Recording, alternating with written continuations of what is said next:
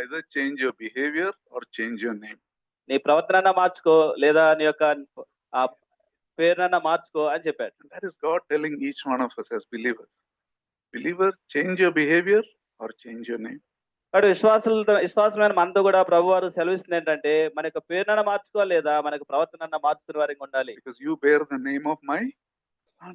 దేవుడు అంటూ ఉన్నాడు, నా కుమారుని యొక్క నామం నీకు పెట్టబడింది కాబట్టి నీ ప్రవర్తన మార్చుకోవాలని దేవుడు మనతో అంటున్నాడు. You can't behave like this. ఏ మాత్రం కూడా లోకానుసారంగా ప్రవర్తించకూడదు, ఏ మాత్రం కూడా లోకానుసారంగా ప్రవర్తించే వారికి ఉండకూడదు. False teaching says you don't have to change. You believe in the Lord Jesus Christ, you'll be fine.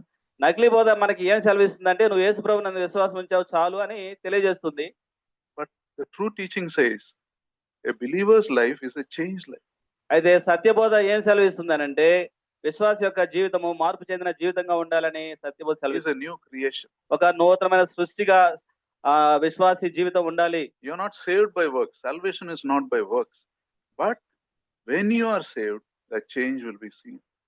నీ యొక్క పనులను బట్టి నువ్వు రక్షించబడతానని దేవుని వాక్యం తెలియజేయట్లేదు, కానీ నువ్వు రక్షించబడిన తర్వాత తప్పకుండా మార్పు ఉండాలి. నూతనమైన సృష్టిగా నువ్వు నూతనమైన కార్యాలు ప్రవర్తన జీవితంలో ఉండాలి.